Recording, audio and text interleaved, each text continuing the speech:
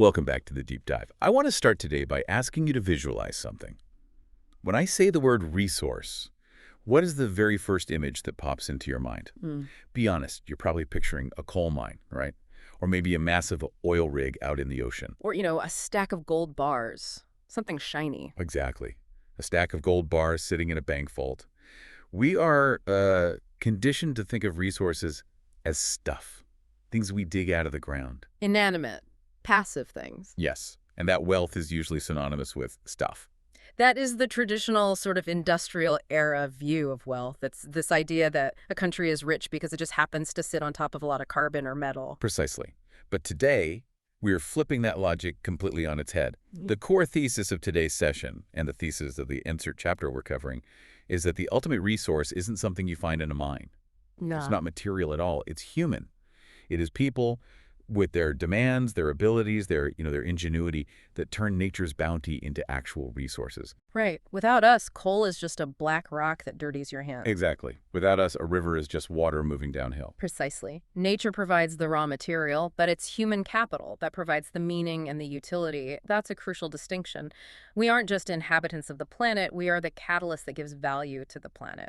So, welcome to the Deep Dive, where we don't just skim the surface, we unpack the knowledge you need. And I have to be specific here. This is a very special deep dive. It is. This is a full summary for UPSC, presented specially for the listeners of the Simplified UPSC by PPP YouTube channel. So if you are an aspirant or just someone who wants to understand how the world works, you are absolutely in the right place. A vital resource for aspirants, for sure. This isn't just about geography. It's about demographics, economics, and sociology all wrapped into one. It really is. Our mission today is to break down NCERT Class 8 Geography, Chapter 6, titled Human Resources. But we aren't just reading the chapter. No, that would be boring. It would be so boring, and frankly, you can do that yourself. Crucially, we are going to link every single concept directly to previous year questions, or PYQs. We are going to reverse engineer the exam to show you exactly how the UPSC tests these concepts. Because reading is one thing, but knowing how to frame the answer, knowing what the examiner's actually looking for, that's where the marks are. Absolutely. Now, before we jump into the deep end, just a humble request to our listeners. If you find value in this deep dive, please subscribe to the Simplified UPSC by PPP channel. It really does help. It really supports the mission of bringing this super useful content to you. And look, if you are capable and want to go the extra mile, you can support the channel on Patreon. A huge, massive shout out to all the current supporters. You guys are the reason we can keep the lights on and the research flowing. It truly makes a difference. High quality content, it takes time and resources to produce. It does. Also, don't forget to like the video or audio and share your valuable comments. We actually read all of them. Now, for the serious learners, we have free notes with practice PYQs available on the public Telegram channel. But for those who want the ultimate edge, I'm talking access to all videos in this series at once. Plus, organized premium notes with detailed explanations, extra PYQs, and model mains answers.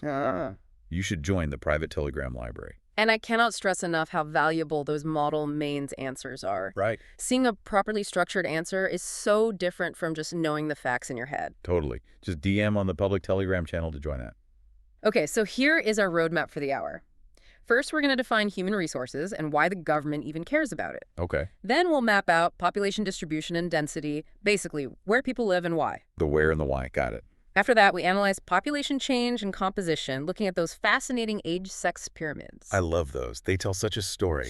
They really do. Yeah. And throughout this discussion, my friend here is going to grill us with specific PYQs to show us how the UPSC twists these simple concepts into some really complex questions. I've got the papers right here.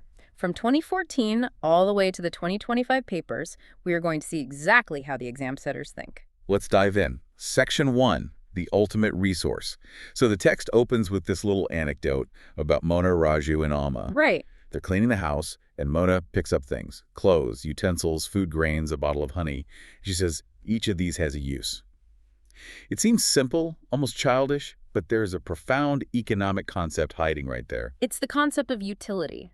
And Alma explains that anything that can be used to satisfy a need is a resource. But then she takes it a step further. What did she say? She says, People like us use natural resources to make human-made resources. That's the key, right? I mean, think about it. A piece of iron ore just sitting in the ground has absolutely zero utility to, say, a caveman. It's just a heavy rock. It's worthless. It has no value until a human being figures out how to smelt it, refine it, and then turn it into a tool or a beam for a building. Exactly. The NCERT text states it very, very clearly.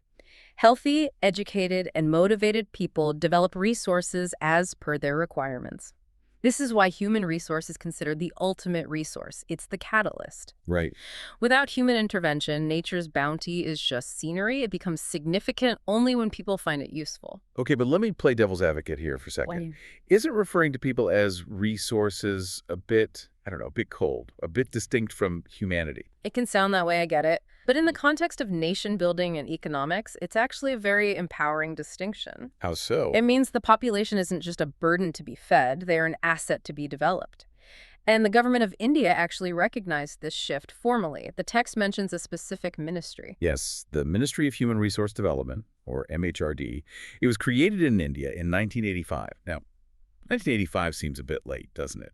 We had been independent for almost 40 years at that point. It does seem late, but you have to remember the context. For decades, the focus was all on infrastructure, dams, heavy industry, physical capital. The big steel plants. Exactly.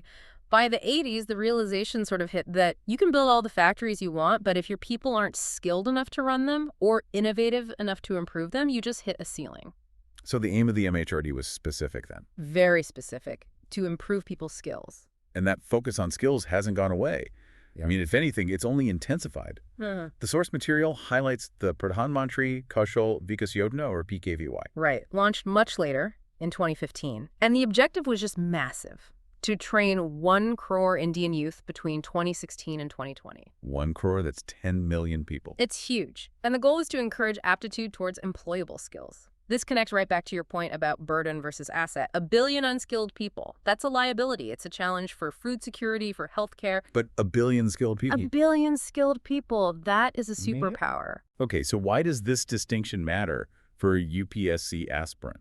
I mean, aside from just knowing the name of the scheme. Because it fundamentally shifts the definition of a country's wealth in your answers.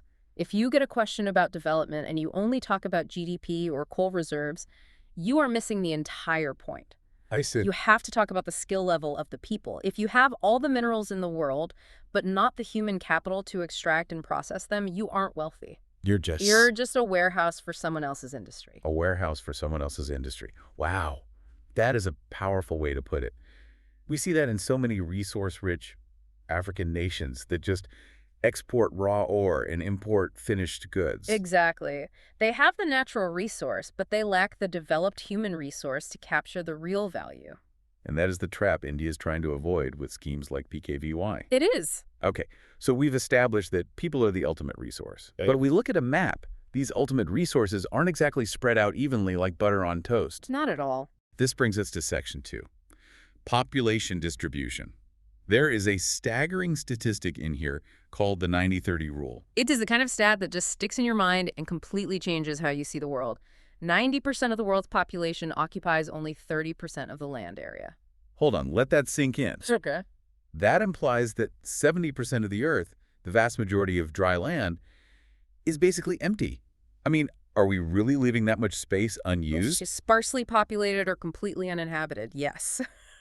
We are talking about the frozen tundras of Siberia and Canada, the deep deserts of the Sahara and Australia, High mountains. the high mountains of the Himalayas and Andes, and the dense equatorial forests where the environment is actively hostile to human settlement. So humans are actually very picky. We are very picky biological creatures. We have a very narrow comfort zone. So if 90% of us are packed into that little 30% slice of land, where exactly is this party happening? Well, the crowded areas are South and Southeast Asia, that's us, Europe, and northeastern North America. Right. There is also a massive hemisphere split. Many, many more people live north of the equator than south of it. Which makes sense, I guess, considering there is simply more land mass in the northern hemisphere. True. But specifically regarding continents, it gets even more concentrated. Almost 3/4 of the world's people live in just 2 continents. Just two. Just 2. Asia and Africa. If you look at the visual provided in the source material, the bar chart for Asia is just It's massive compared to everyone else. It towers over Europe and the Americas. And if we break it down by country, the text says 60% of the world's people stay in just 10 countries. And all of them have more than 100 million people. We know India and China are at the top, of course, but it also includes the USA, Indonesia, Brazil, Pakistan, Bangladesh, Nigeria, Russia, and Japan. It just shows this massive concentration of human capital in these specific pockets of the globe. It really does. This brings us to Section 3, population density. Now, distribution is where people are. Density is how crammed together they are. Right. It's a simple math equation, but it tells a heck of a story. Right. Density is simply the number of people living in a unit area of the Earth's surface, and it's usually expressed as per square kilometer. So let's look at the numbers. What is the global baseline? What's the average? The world average is about 51 persons per square kilometer. So, try to imagine a square kilometer of land, which is quite big, and put about 50 people in it. That's plenty of space. It is. You wouldn't even see your neighbors most of the time. Okay, 51 sounds lovely and peaceful, but we live in India. What's our number? India's average is 382 persons per square kilometer. Wow. Okay, so we are nearly 7.5 times denser than the global average. Yes. That explains why I can never get a seat on the metro. It explains a lot of things. The pressure on land, the traffic, the competition for resources. And regionally, South Central Asia has the highest density in the entire world, followed by East and Southeast Asia. We're living in the most crowded neighborhood on the planet. We absolutely are. Which begs the question, why? Why do we all crowd into these specific areas? Why not move to those empty 70% zones? This leads us to Section 4, factors affecting distribution. The NCERT groups these into geographical factors and then social, cultural, and economic factors. And this right here is where the UPSC loves to hunt for questions. This isn't just trivia. This is the fundamental mechanism of human settlement. Let's break down the big 4 geographical factors. Okay, number 1 is topography. It's simple. People prefer plains. It's just basic physics and economics. It is easier to build roads, easier to build houses, and most importantly, much easier to farm on flat land. And the prime example is? The Ganga Plains. It's the most densely populated area in the world for this very reason. Conversely, mountains like the Andes, Alps, and Himalayas are very sparse. Okay, let's pause here and bring in the exam. This sounds so basic. People like flatland. But how does UPSC actually test this concept? It's a great question. Look at question 17 from the 2025 General Studies Paper 1. It asks, and I quote, discuss the distribution and density of population in the Ganga River Basin with special reference to land, soil, and water resources. That is literally asking you to explain the chapter we're reading. But here's the trick. How do you write a 15-mark answer for that? You can't just write people like plains, can you? No, absolutely not. That won't get you any marks. You need structure. First, your introduction. Define population density and state that the Ganga Basin is one of the world's most densely populated regions. Okay. Then, the body. You break it down. 1, topography, land. You explain why plains matter. It allows for the development of transport networks, roads, railways, which encourages industrialization and trade, not just farming. So it's a multiplier effect. Exactly. 2, soil. Mention the deep alluvial soil brought down by the rivers. This supports intensive agriculture, which means you can feed more people per acre. And 3, water. Perennial rivers ensure water for irrigation and domestic use all year round. And the conclusion? You summarize that this unique combination of factors makes it a demographic heavyweight. It's a perfect storm of geographical advantages. Incredible. So the NCERT gives you the raw ingredients, land, soil, water, and the exam asks you to cook the meal. That's a great way to put it. Let's move to the second factor, climate.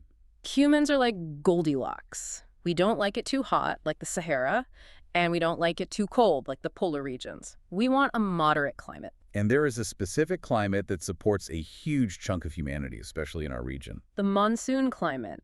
And this connects directly to the 2017 GS Paper 1, question 17. What characteristics can be assigned to monsoon climate that succeeds in feeding more than 50% of the world population residing in monsoon Asia? Again, linking climate directly to population density. But why? Is it just that the rain is nice? It's about caloric efficiency. The monsoon provides the water security needed for wet rice cultivation. And rice is a kind of magical crop. It produces more calories per hectare than wheat or corn. Ah, I see. High calories mean you can support more human bodies on the same amount of land. That is the fundamental reason why monsoon Asia is so incredibly dense.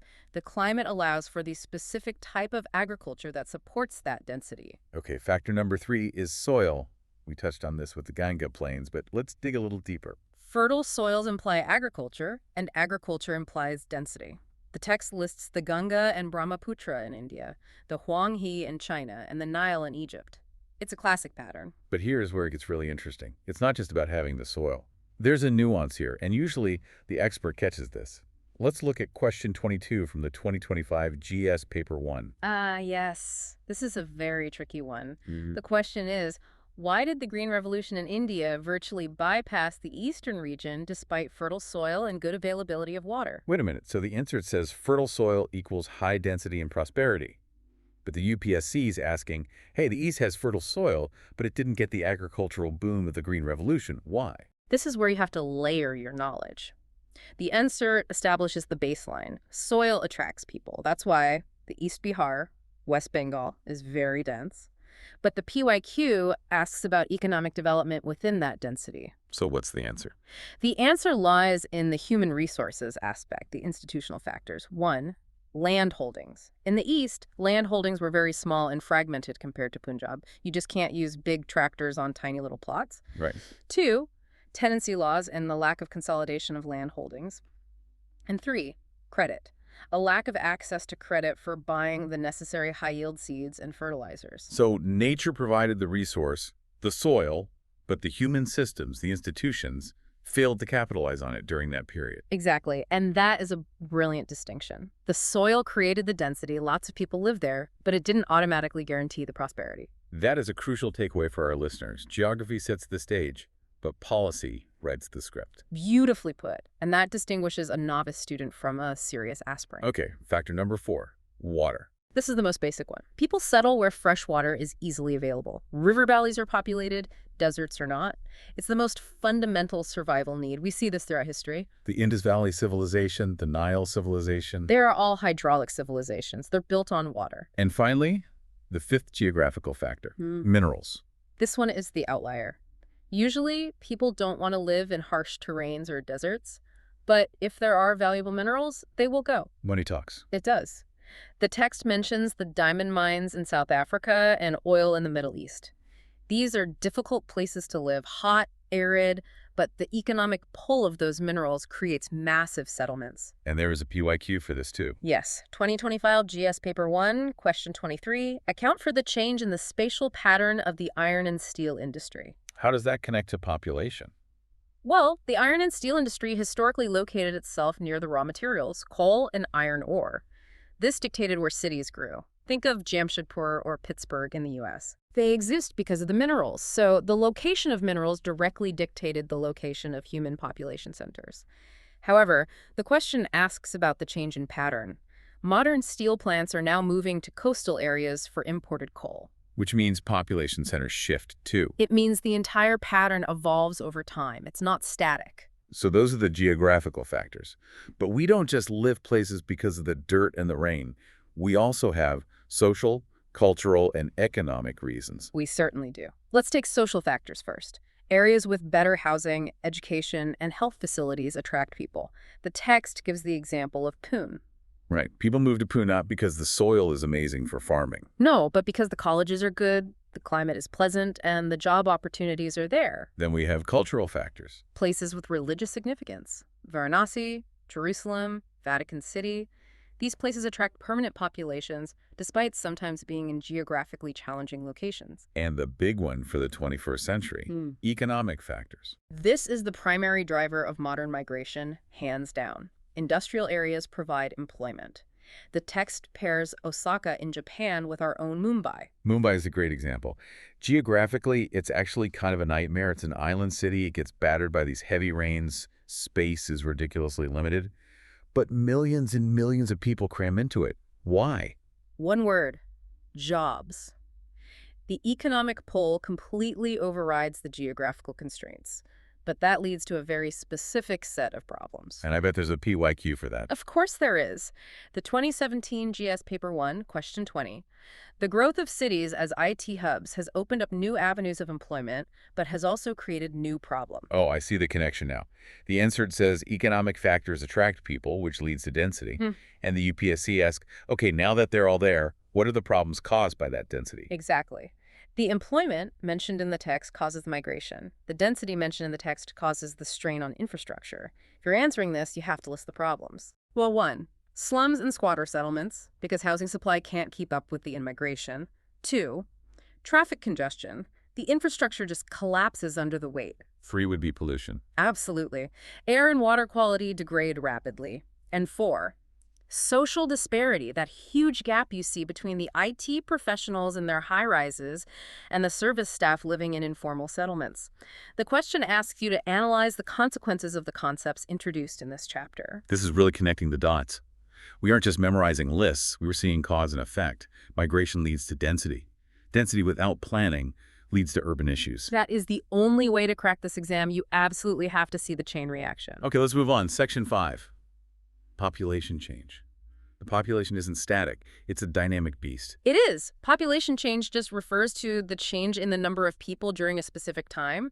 And if we look at human history, the graph isn't a straight line, it's a hockey stick. The timeline is wild. The text says, for most of human history, up until the 1800s, growth was very, very slow. Painfully slow. You had high birth rates, but you also had incredibly high death rates. Right. No proper health facilities, constant food scarcity. It was a brutal balance. Nature just kept the numbers down. If you had 8 kids, maybe 3 survived to adulthood. And then, in 1804, we hit 1 billion people. It took all of human history, tens of thousands of years to get to that first billion. Then, just 155 years later, in 1959, we hit 3 billion. That is often called the population explosion. We tripled in a century and a half. It's an incredible acceleration. And then it gets even faster. Just 40 years later, in 1999, we hit 6 billion. We doubled in just 40 years. That is the raw power of exponential growth when death rates suddenly fall but birth rates stay high. This happened because of antibiotics, better sanitation, and the Green Revolution. So we stopped dying, but we didn't stop breeding immediately. Exactly. And that gap created the explosion. Okay, let's break down the mechanism. The text introduces 3 key terms: birth rate, death rate, and migration. Right. Birth rate is the number of live births per 1,000 people. Death rate is the number of deaths per 1,000 people. And the difference between these two is what we call the natural growth rate. And there's a nice visual in the source, figure 6.4, that shows this as a kind of balance scale. It's a very simple logic, but let's walk through it. If the birth rate is higher than the death rate, the scale tips. Population increases. Okay. If the birth rate equals the death rate, the scale balances. The population is steady or stable. And if the death rate is higher, Then the population decreases. This is happening in some countries in Europe and Japan now. but that's just the natural rate. There's also people moving around. That's the third factor, migration. Immigration is when you enter a country, think in. Emigration is when you leave, think exit. So countries like the USA and Australia are gaining numbers not just because of babies being born, but because of in-migration. Correct. While a country like Sudan, as the text notes, has experienced population loss due to outmigration, often from conflict or famine. Now, Section 6 explores the patterns of population change. Not everyone is growing at the same speed. No, not at all. The world is growing, but it's incredibly uneven. The text gives a great comparison between Kenya and the UK. Okay, so what's happening in Kenya? Kenya has a very high growth rate. Why? Because they still have high birth rates, but thanks to improving healthcare, their death rates are falling dramatically. So the gap between the two is huge, leading to a population boom. And the UK. The opposite story. The UK is seeing slowing growth. They have very low death rates, which is good, but they also have very low birth rates, so the population is stabilizing or, in some years, even shrinking slightly. This idea of differing growth rates in prosperous versus developing regions brings up a very serious, very difficult issue raised in the 2025 exam. It really challenges the idea that money fixes everything. You're talking about question 12 in GS Paper 1. Yes. Why do some of the most prosperous regions of India have an adverse sex ratio for women? It's a heavy question. It is. We just assume prosperity means better stats across the board. We assume if a state is rich, like Haryana or Punjab, The social indicators will naturally be better. But here, prosperity actually correlates with a worse sex ratio. It completely challenges that simple assumption that development equals social progress. In Kenya, we saw growth due to health improvements. In the UK, we saw stabilization.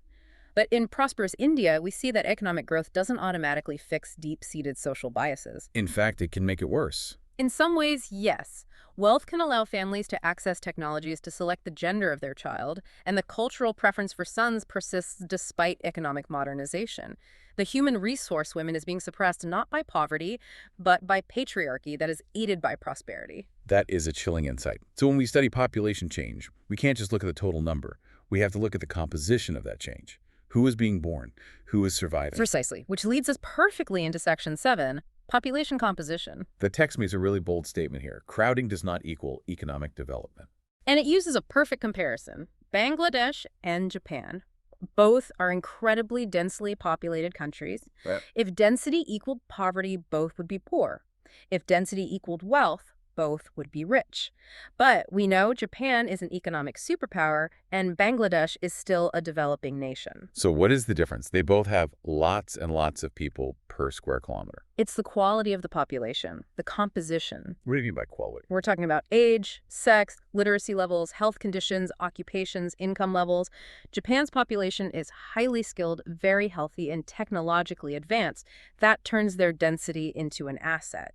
And the best way to visualize this composition is the age-sex pyramid. I love these diagrams. They look like Rorschach tests for a country's economy. They are. They're like an X-ray of a nation's future. The bottom bar represents children from 0 to 14 years old. This tells you the birth rate. A wide base means lots of babies. Exactly. And the top bar represents the age 65 and over. This tells you about the death rate and the life expectancy. Okay. The text gives us 3 key archetypes. Let's walk through them, because you will likely see these in your exam or even need to draw a rough sketch of them. First, the Kenya pyramid. Picture a classic perfect triangle, very broad at the bottom, and then it narrows very rapidly as you go up. So what does this mean? A broad base means lots of babies are being born, but the rapid narrowing means people are dying at every age group. Many infants die, fewer make it to adulthood, and very, very few make it to old age. And the context for that is? This is typical of a developing nation with high birth rates, but still struggling with health outcomes and high mortality rates. Then you have the India pyramid. This one is really interesting. It still has a broad base. We still have a lot of kids being born, but the middle of the pyramid is also thick. It doesn't narrow as sharply as Kenya's does. What does that tell us? It means our death rates are falling.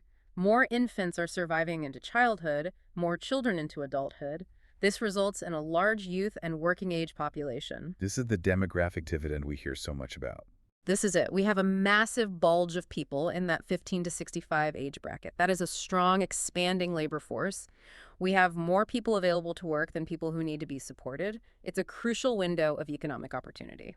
And finally, the Japan pyramid. It looks completely different. It's narrow at the bottom. It's tapered, meaning very low birth rates. Fewer and fewer children are being born each year, but it's broad near the top. People are living a very long time. So what's the future for Japan based on that shape? The result is an aging society. The workforce is actively shrinking, and the number of elderly dependents is rising dramatically.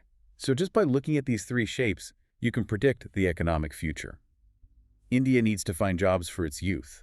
Japan needs to figure out how to care for its elderly. And that concept of dependence is key. The working age population from 15 to 65 has to support both the young dependents under 15 and the elderly dependents over 65. So the burden is different in each country. Completely. In Kenya, the main burden on the worker is raising many children. In Japan, the burden on the worker is paying high taxes for the pensions and health care of the large elderly population. And in India, we're in the sweet spot. We are in the sweet spot. The dependency burden is at its lowest right now. If, and it is a very big if, we can provide skills and jobs for that youth bulge. If, that is the magic word. The demographic dividend can very easily become a demographic disaster if those young people are unemployed and angry. That is the nightmare scenario that keeps policymakers up at night. Okay, Section 8, Human Resources and Social Issues. Let's take a moment to synthesize what we've read with some of the broader social questions from the exam papers. We touched on the sex ratio question, but there are others. Let's look at gender specifically again. In 2014, question 14 asked about the feminization of agriculture. That sounds like a complex academic term. What does that actually mean in the context of this chapter? Well, think back to migration and economic factors. Who is it that typically moves for work in India? In Indian context, it is predominantly men moving from rural areas to urban centers like Mumbai or Delhi for industrial or construction jobs. Exactly. This is distress migration or economic migration. So who stays behind in the village? The women, the children, and the elderly. Right. So the women are left to manage the fertile soils and the agriculture we talked about earlier. The distribution of human resources becomes skewed by gender. The men are in the cities, the women are on the farms. That is a brilliant connection. The migration pattern we read about creates a fundamental social shift in the agricultural sector. So when you answer that question, you have to link it back to those migration patterns. You must. You explain that migration isn't gender neutral, and therefore the agricultural workforce itself becomes feminized. This has huge policy implications. Do women have land titles? Can they get credit from banks? It opens up a whole new set of questions. It does. And looking at the 2025 paper again, question 11. How does patriarchy impact the position of a middle-class working woman in India? This connects to population composition and occupation, doesn't it? Yeah. Yes. Even as women enter the workforce, which changes the occupational composition of the population, social structures like patriarchy continue to affect their role. For instance, Are they considered primary earners or just supplementary? Do they have the double burden of a full-time job and then all the housework? The NCERT talks about people as a resource, but the exam asks you to interrogate the barriers that prevent that resource from being fully utilized or even respected. so if a woman is skilled, but patriarchy keeps her at home or limits her career progression, That is a massive waste of human resource. It's an economic loss for the country. it really shows that you cannot study geography in a silo. You have to connect it to society, to economy, to history. That is the essence of the UPSC exam. It is an integrated exam. So let's wrap this up. We have covered a massive amount of ground today. We started by redefining resources from being about coal to being about people. We looked at the 90-30 rule of distribution and visualized just how crowded our world really is. We did. We calculated density and explored the big four geographical factors: topography, climate, soil, water, and saw exactly how they link to Maine's questions on the Ganga Basin and the Green Revolution. We analyzed the history of that population explosion. And we visualized the future with those three pyramids: Kenya's, India's, and Japan's. And at every single step, we saw that the UPSC is asking questions that are directly rooted in these fundamentals, but require you to apply them to real-world, often complex scenarios. Okay, here's my final provocative thought for you to take away. The text mentions that for a long, long time, population growth was slow because farmers were not able to produce enough to meet food requirements. Right. We fixed that problem. We have the Green Revolution, we have the food. Now look at the India pyramid, we have the people, we have this demographic dividend. But refer back to the very first thing we discussed, the PKVY scheme. A workforce is only a resource if it is skilled. That's the key. So the challenge for you as a future administrator and for the nation is this. How do we convert the sheer quantity of people shown in that pyramid into quality human capital? A very important question. Because if we don't, that bulge in the pyramid doesn't become a dividend. It becomes disaster.